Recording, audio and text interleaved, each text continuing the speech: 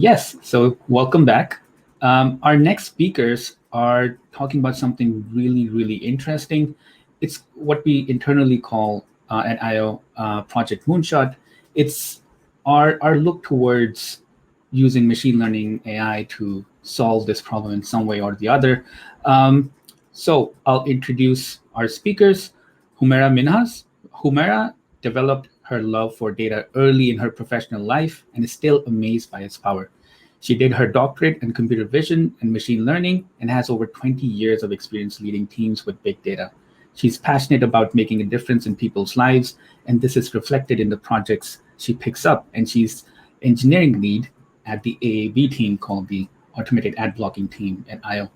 Parinita is a computer science professional with 6 years of experience in enterprise data and customer engagement. She has done a bachelor's and master's in computer science.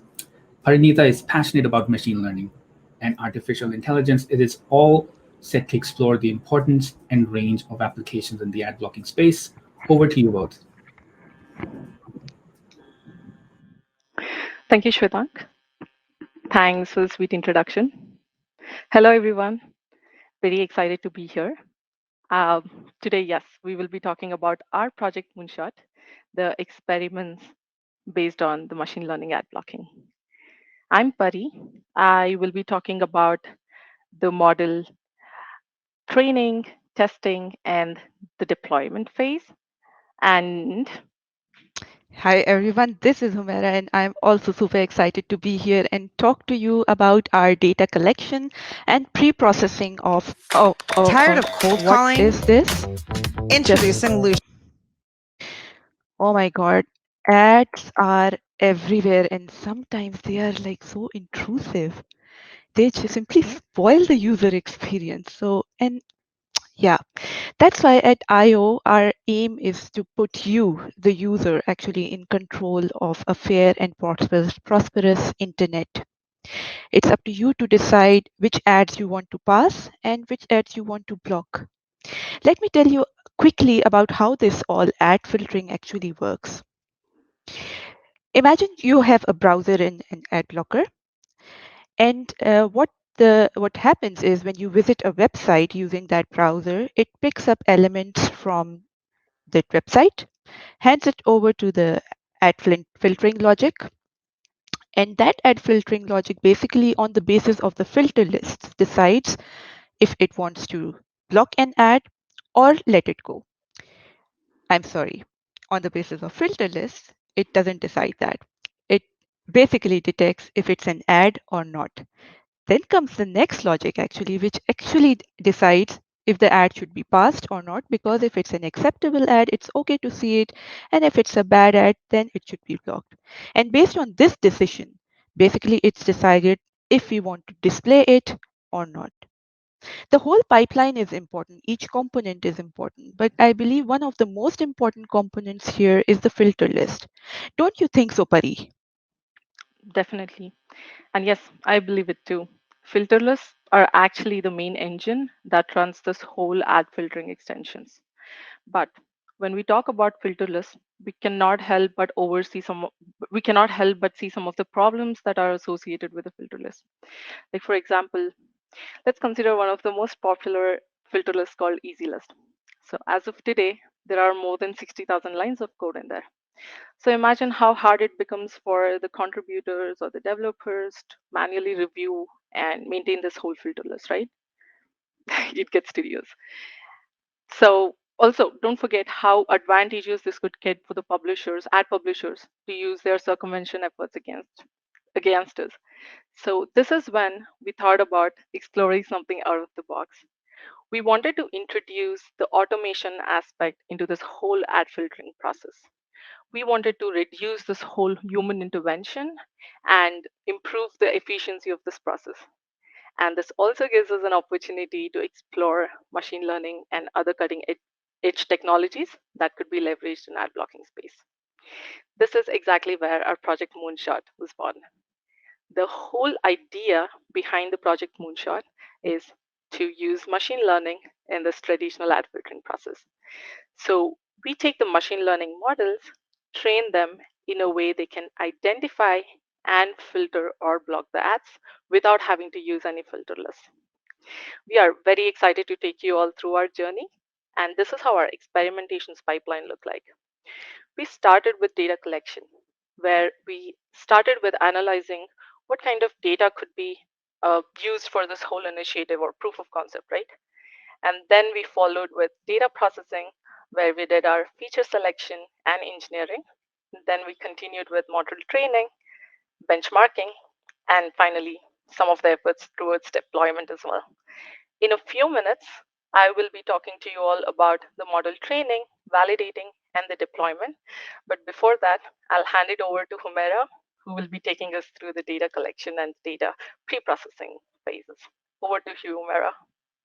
Thank you so much, buddy, and see you in few minutes from now. Yes. So, before I talk about data collection, I really want us to take a step back and actually appreciate the unreasonable effectiveness of data. These are not my words, these are coming from Peter Norvig, and I'm sure you know about him very well. The graph that you see here, basically this is coming from a landmark paper published almost 2 decades ago. And what you see here is that the authors actually took a variety of models, a variety of algorithms, and trained them over different sets of data. They started with low amount of data, and as you can see, the model performances was very different in each of the case. Also, the performance was not very high. But as they started adding more and more data, the performances not only improved, but they also became similar. And this is basically the moment of realization that more data always helps. Oh, almost always helps. Of course, we need to be careful about not overfitting our models with the data, and we also need to take care about what data are we actually sharing. You cannot just put garbage in and expect an outcome which is not garbage. So we need to take care of that.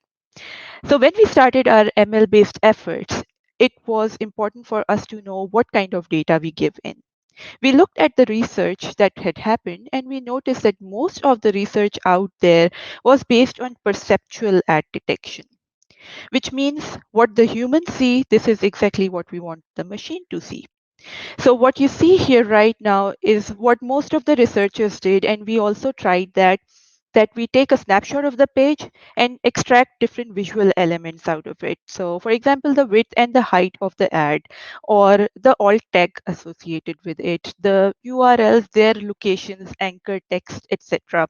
We also tried to use, or some people also tried to use, for example, those indicators which indicate that this is an ad, as you can see here, and so on and so forth.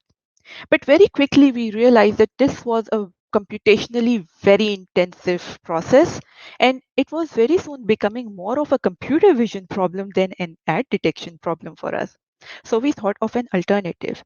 So how about instead of showing the machine what the humans see, we show the machine what the machines see, what the page source is, what the HTML is.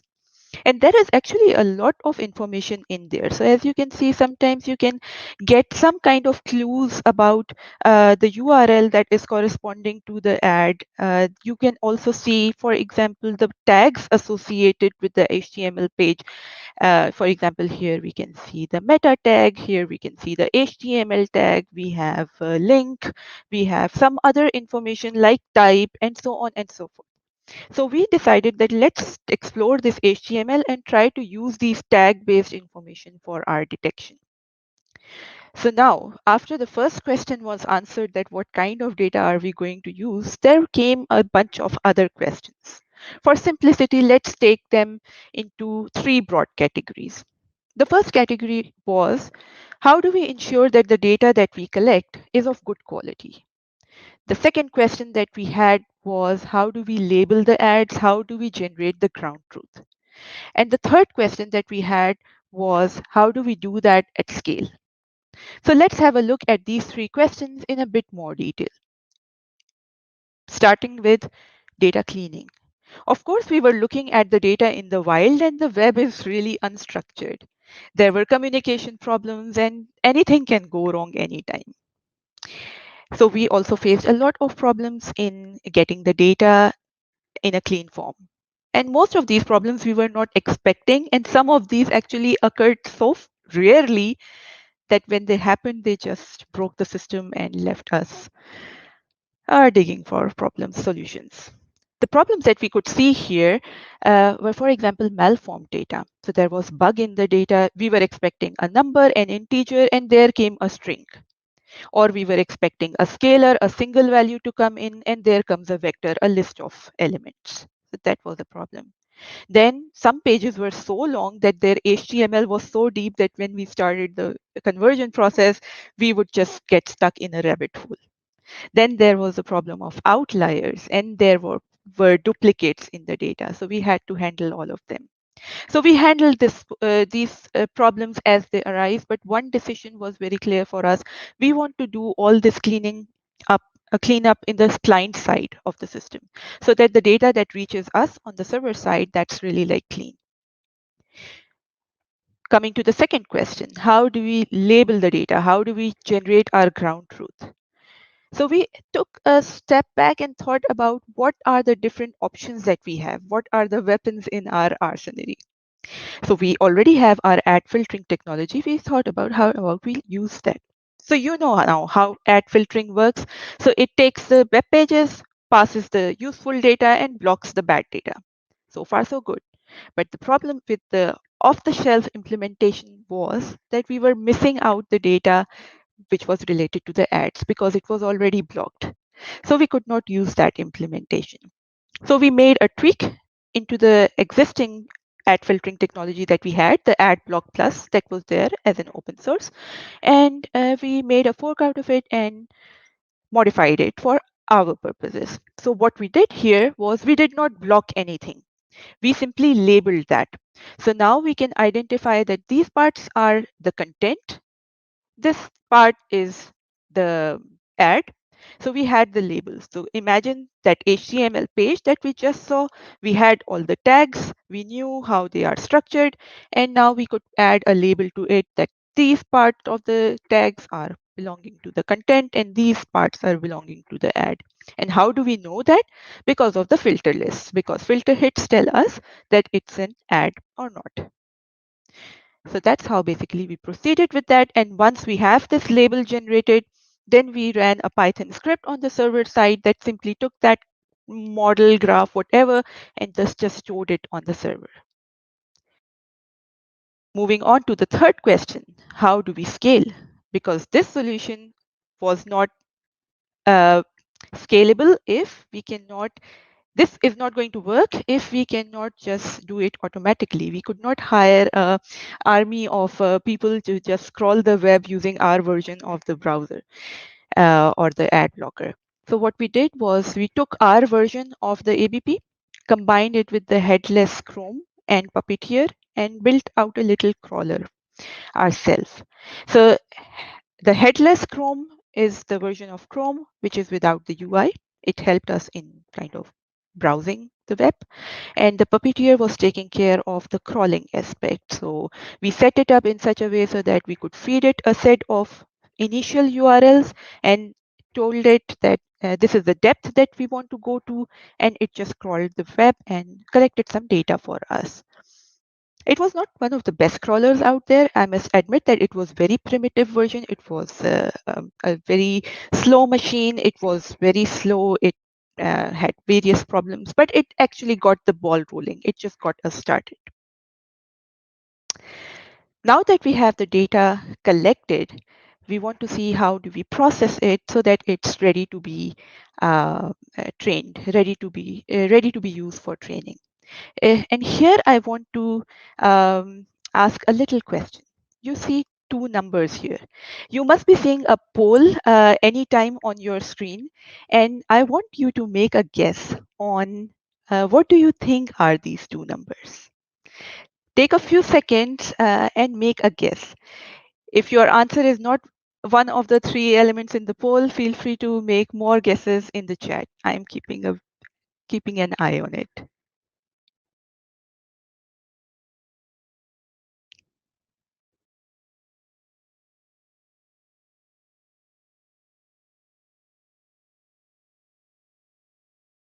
It's funny, some of the answers that I'm getting are famous 42. Coffee. My motivation before I drink coffee and after I've drunk it. Many of you are saying that it's ad versus not ad. Yes, it's some kind of distribution. Wow, cool. Okay, I think we can come back. And as many of you actually guessed, it's not the number of coffee cups we should be drinking. It's basically the amount of data distribution, amount of ads that were, the amount of data points that were ads versus amount of data points that were not ads. And as you can imagine, this was a very unbalanced data set. And as Pari will also talk about it further, that unbalanced data set basically causes, it directly affects the model that you are training. And if you are not careful, you can simply overfit your model with one category, non-ad in this case. We tried several options here. So how to reduce the number of non-ad nodes, or how we can augment the ad nodes. We also tried if we should use, for example, weighted cross entropy and so on and so forth. So we tried several options to handle this unbalanced data. And the amount of data that I'm talking about right now is almost 200,000 pages. It might not look too much because the crawler was not the most sophisticated one, but 200,000 pages, and on each page there was an average of 1,000 nodes. That led us already to 200 million data points, which was a good number to get started. So if we look at the data, and especially with respect to the tags that were in the HTML, the different tag types were div, span, button, link, lists, etc. This was the distribution. So most of the tags were related to div, and some other tags were there as well. So we wanted to see if there is any difference between the tags of ads versus the distribution of tags in non-ads. We noticed that there was not too much of a difference. And it means that just by looking at the distribution of tags, we were not able to actually do anything useful. So we had to do something even a little bit more sophisticated. So what we decided to do is to set up our system in this way. So we have the website HTML, the DOM, the document object model. We use it to generate a graph. And now that graph is represented by an adjacency matrix and feature matrix. And let me try to explain what does this mean. Imagine this is a very little HTML page. So it has div, and it has two further tags, h1 and p. So we look at all of these tags, and each of the tag basically becomes a node in the graph. So the div tag is the first one, it becomes the root node. Then h1 and p are part of div. So h1 and p are part of div, so they are the children of div. And you see a connection between them, and there is no connection between h1 and p because they are not directly connected to each other. They are only connected to each other via the div. So this is a great visual representation of the graph, but how the machine is going to read it? And the answer is, yes, you got it, the adjacency matrix. So most of you would know that an adjacency matrix is basically a matrix with as many number of columns and rows as the number of nodes here. So we have div, h1 and p. So we have three rows, div, h1 and p, and we have three columns, div, h1 and p. And now the cell values 1 or 0 are representing if the edge exists between two or not. So div and h1 are connected. So you see div and h1 is connected by a 1. And h1 and p are not connected. So h1 and p are not connected. This is indicated by a 0. So quite simple. It's really the easiest way to represent the connectivity of the graph. Now moving forward, we had a feature matrix as well. So these were the features, these were all the possible features that we could use, extract out of the HTML to help the model basically predict the ads. So to begin with, there were some graph-related features like node ID, what this node is representing, how we can refer to a particular node. If there is a parent of that node, what is its ID? If what is the position of that node in the graph? This is important because if you imagine the placement of ads on the page is kind of fixed. So we thought maybe it would be helpful to know where in the node, where in the graph this node is occurring, and maybe that can help us in identifying if it belongs to an ad node or not. Then there was tag type. So for example, again, the div or HTML style, and we had to identify how do we store them. So we tried a couple of options here, maybe use one hot encoding or not a sparse vector like a one hot encoding method, but an 8-dimensional sequence vector. So we tried them and so on and so forth. The important thing here for us was that we select the features and arrange them in such a way and store them in such a way so that they are not very much resource intensive, because this is going to affect the next steps. So we wanted to make sure that they are not very memory intensive, and we wanted to make sure that it's not time intensive. And talking about time, I want to show you something, and I hope you can relate to it.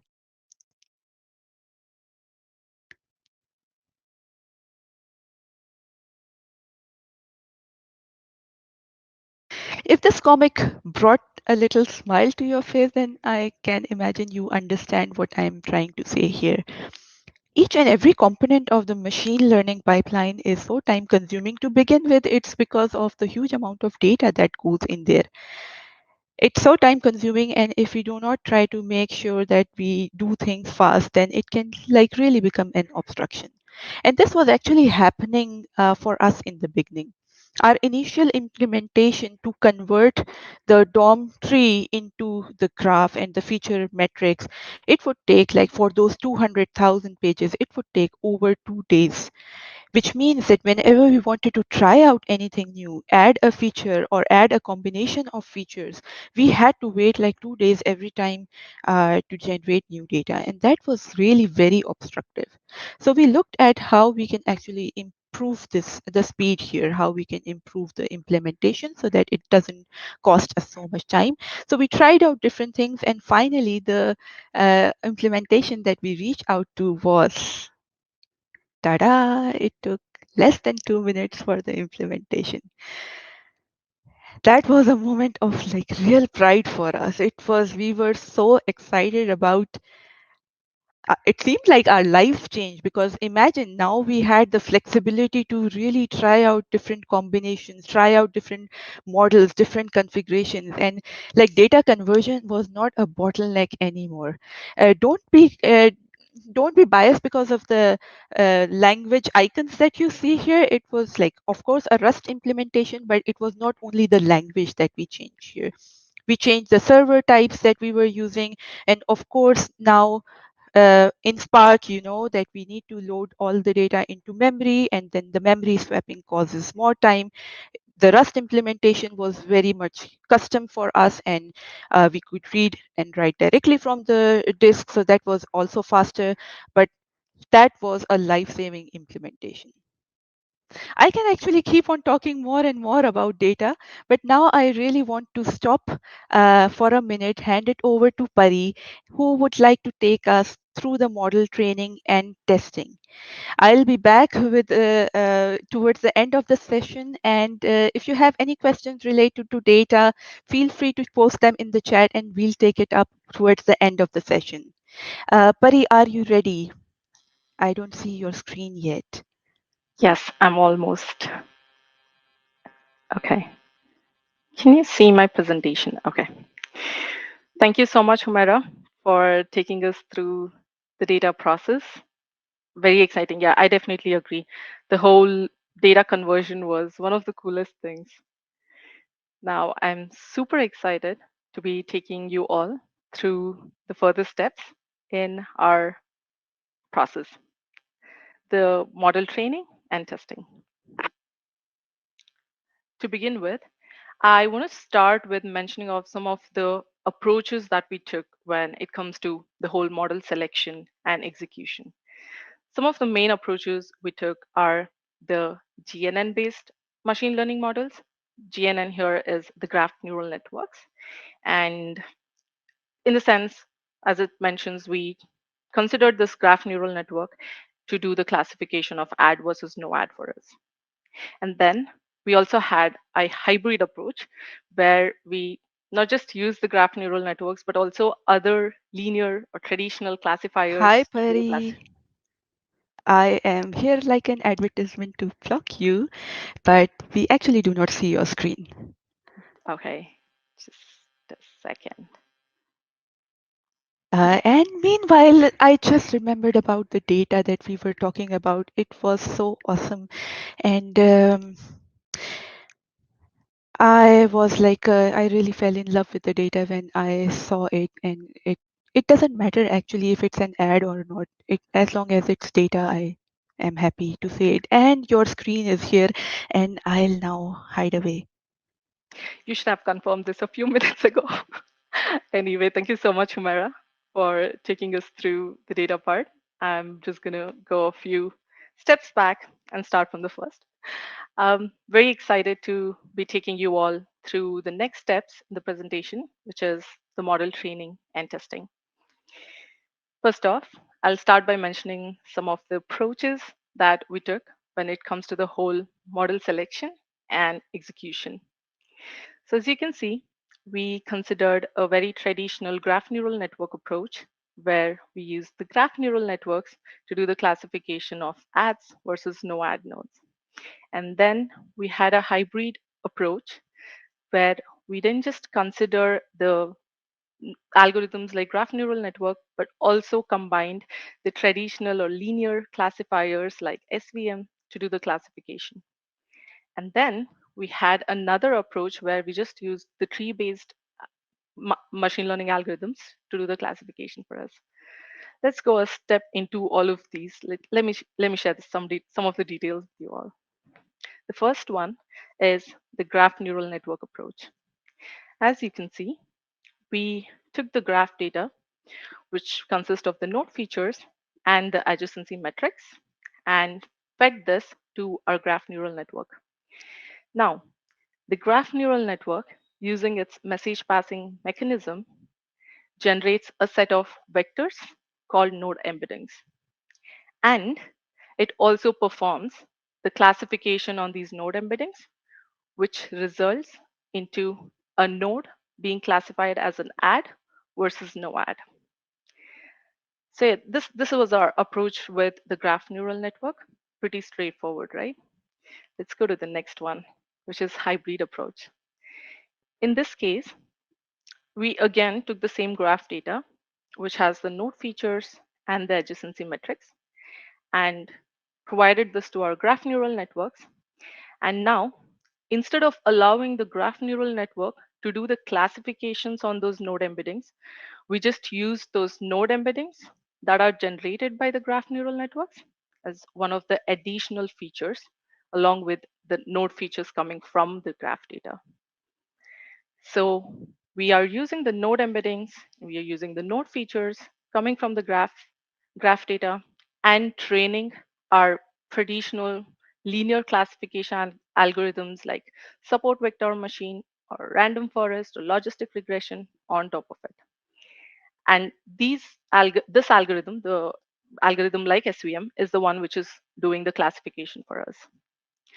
Also quickly want to mention that we used a self-supervised representation learning in this case because as Humera mentioned, there was a lot of unknowns in the data and a lot of data was imbalanced.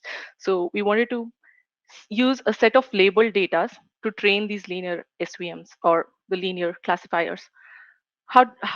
Using self-supervised representation learning, we had all those unlabeled data labeled, and then using this set of data, we were able to train our linear classifiers, which in turn did the classification for us. Then, thirdly, discussing the traditional tree-based approach. As straightforward as it looks, it is the same. We just took the graph data and considered the node features and trained our classic machine learning tree-based algorithms on these node features. We considered light GBM, we considered random forest, XGBoost, so on. We just let one of these algorithms do its thing, like do the classification for us. One of the main reasons why we thought about doing this experimentation is because the node features here already have positional information associated with it, like the node ID, which is coming from the depth first search mechanism, the parent ID, child ID, the node level, and also some of the additional features like tag, CSS features, etc. Right? So we wanted to use all of these data coming from the node features and train our classification algorithms. That was our third approach. Quickly, before we jump into the model performance stats, let me take you through the data that we use to train and validate our model. As Zumaira mentioned, we leverage the in-house built web crawlers and data bots to do the data gathering for us. As you can see, we have thousands and thousands of page graphs. We have thousands and thousands of search engine result pages that we used for training and validating the model. Now, the model performance. With the very first approach, where we use the graph neural network, the model did not really perform very great. And that was not the case for the hybrid approach, though. As you can see, the precision, recall, and F1 score for the hybrid approach, where we use the graph neural network and the traditional linear classifier, the performance was pretty reasonable. We had precision, recall, and F1 scores between 80 to 70 to 85%. So these were the results that we got from the whole hybrid approach. Just moving forward, I will take a step back and quickly tell you what exactly the precision, recall, and the F1 scores are. Precision is really the percentage of your results that are output by your model are relevant. And the recall is the percentage of total relevant results that are correctly classified by your algorithm. And then the F1 score is really the weighted average of precision and recall. Now, having said that, the tree-based model performances. The tree-based model performances were comparatively better compared to our hybrid approach. We got a really good precision, recall, and F1 scores. As you can see, they are in the range of 95 to 98. However, if you see in the third case, the XGBoost classifier on the page graph dataset is not really showing that good of a performance. It says the F1 score is around 77%, whereas in the first case, it says the performance was around 98%. So we learned that one of the reasons for this is the kind of mechanism we use to split the data, the training data and the validation data. For the first case, we use the node-based split, where we straightforward divided our training data and testing data based on the nodes. And for the second one, we took the edge-based split. In the sense, in our case, it's URL-based split. And with URL-based split, we learned that the data is more reliable and there were less potential for the duplication of data. And this in turn helped us with more precise estimation of the model performance. Yeah, we've come a long way, but we do have a long way to go. Some of the future experiments we have in our roadmap is to really train and test these existing models with more and more diverse data. We want to continue training our deep learning models. And we also want to explore the possibility of these models to learn features which can potentially detect the circumvented ads. These are some of the future experiments that we have in our roadmap. Now, taking you all through one of the last phases of our experimentation, which is the model deployment itself. When we talk about the model deployment, our main objective here is to transform these machine learning models into native base code. In our case, this is JavaScript. This is not very easy. At least we notice some of the challenges here. Like for example, all the implementation that we've done right now is using the Python libraries like PyTorch and TensorFlow. But we need to convert all of this into JavaScript consumable. And it's not one size fit all process for each and every model, right? Each and every different models have different kinds of approaches when it comes to whole implementation conversion. And also, we need to be careful about the fact that this whole implementation conversion can impact the latency and the binary model size. We need to keep them optimized in order to get good results. And so how did we go about this? We considered, of course, two major things. One is converting the DOM, the one Humaira was mentioning about, to the features, converting the whole DOM into the ML features, and then also transforming the implementation where the model actually does the prediction and the classifying part, right? For graph models, we just use the direct TensorFlow.js or off-the-shelf JavaScript libraries to do the conversion. But for the T models, we used M2CGen library, which is model to code generator library. So that was our approach for model conversion. When we talk about the model deployment, we cannot ignore anything about the model inference as well, right? Before discussing anything here, I'll just take a step back and discuss about the browser extension files. When you talk about the browser extension, we cannot help but talk about some of the important files like manifest.json and the background script files, the content script files, right? So the manifest.json file is where you can actually know the extension information, and it includes the permission aspects and includes the information of other components involved within the extension. When it comes to the background script is the one which runs within the browser for the set of pages, and it has information such as web requests and so on.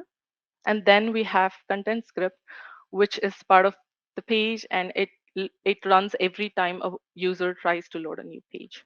And this can actually talk to the background script. Now, with that context, let me go back to our model inference phase.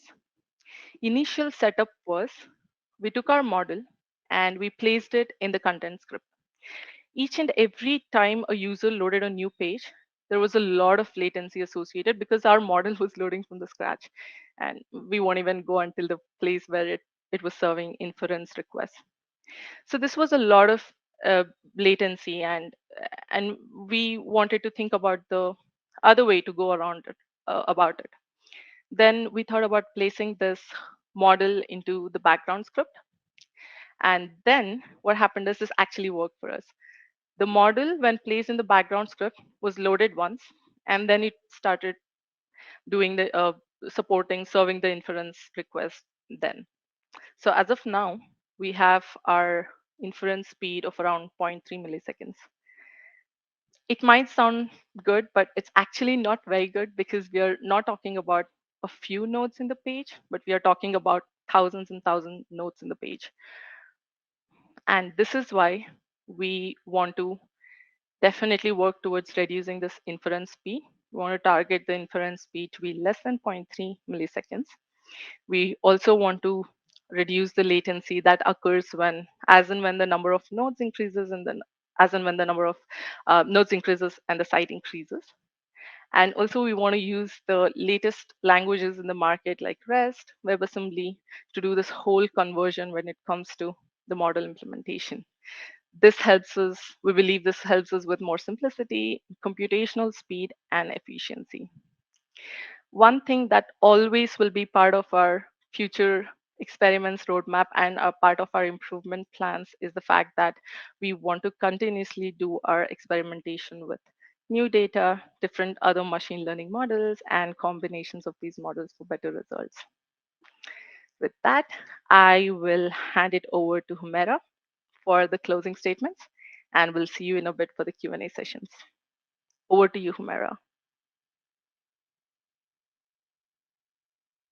Thank you so much, Pari. And I am really just want to continue saying what you were saying, that yes, it is a great start. We are happy with what we have done, but there is definitely so much room for improvement. We are far from finished yet. It's just the beginning.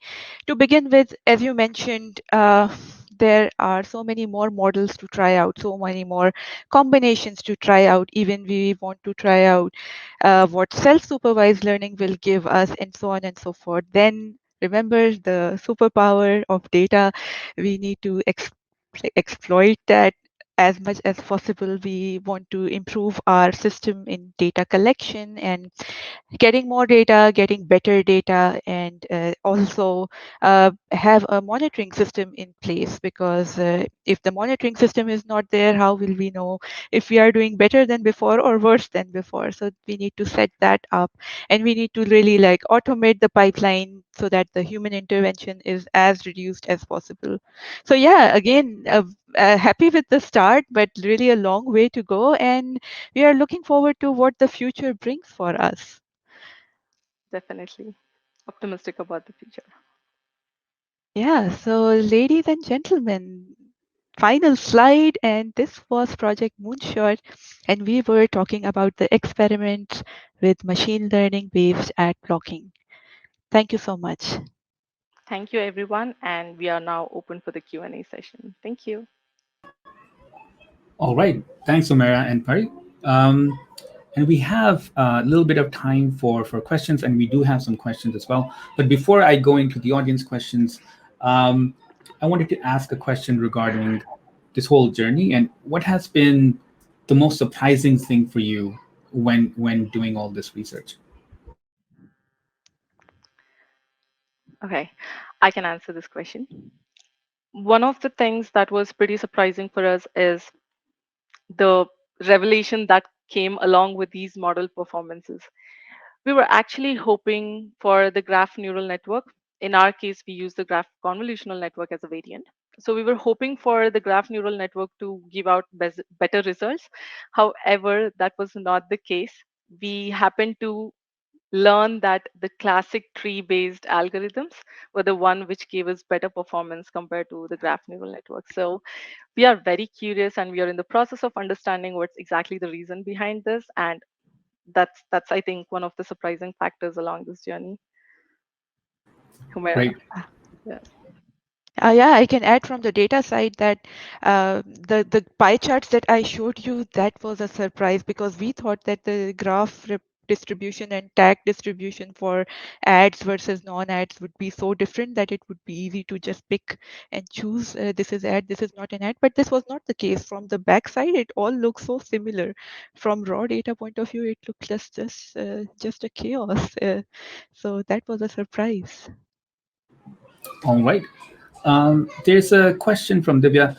As you mentioned, there was a high imbalance in the data. Which technique to handle the imbalance worked best in your scenario? Mhm. A combination, basically. So we, by the way, by best, it doesn't mean very good performance. Best simply means better than the others. Um, a combination of all. So we try to split the data into different forms so that we can almost like balance the data a little bit with non-ad, so reduce the non-ad tags when we collected them. Also, we tried to augment data and kind of replicate the given structures to see if we can find a similar structure for our fake data, let's say. And in the case of model generation as well, so as Pari spoke about, there were some versions which were tree-based versions that were better to handle the data imbalance. So we tried all that, and a combination of all these actually worked the best. All right. Another question from Divya is for the ad detection domain, is precision metrics more important or recall? Sure. Uh, Definitely, I would like to take this question. For us, the precision matters. Actually, all of these metrics matters, but a bit more is the precision because we can afford to detect an ad and mark an ad. If it has an ad, we can deal with the true positives, but it's a risk if we have a false positive. We are actually missing out on some of the important contents, maybe. So definitely, I would say precision. All right. And the final question from the audience: did you also make use of NLP models for analyzing the graph-based data? That's also a very good question. Thank you for this one. Yes and no. So as I said in the beginning, everything is so time consuming that we didn't have like too much time to try out a lot of things. So NLP is kind of on our roadmap, but can't say like how far in the roadmap is it, but definitely it will come with its own pros and cons. So we would definitely like to try it. We have been thinking about it, but haven't like really given it its due effort as of yet. All right. And that's all the questions that we have from the audience as well. Once again, thanks so much for Thank you giving so your much. insight and sharing your research.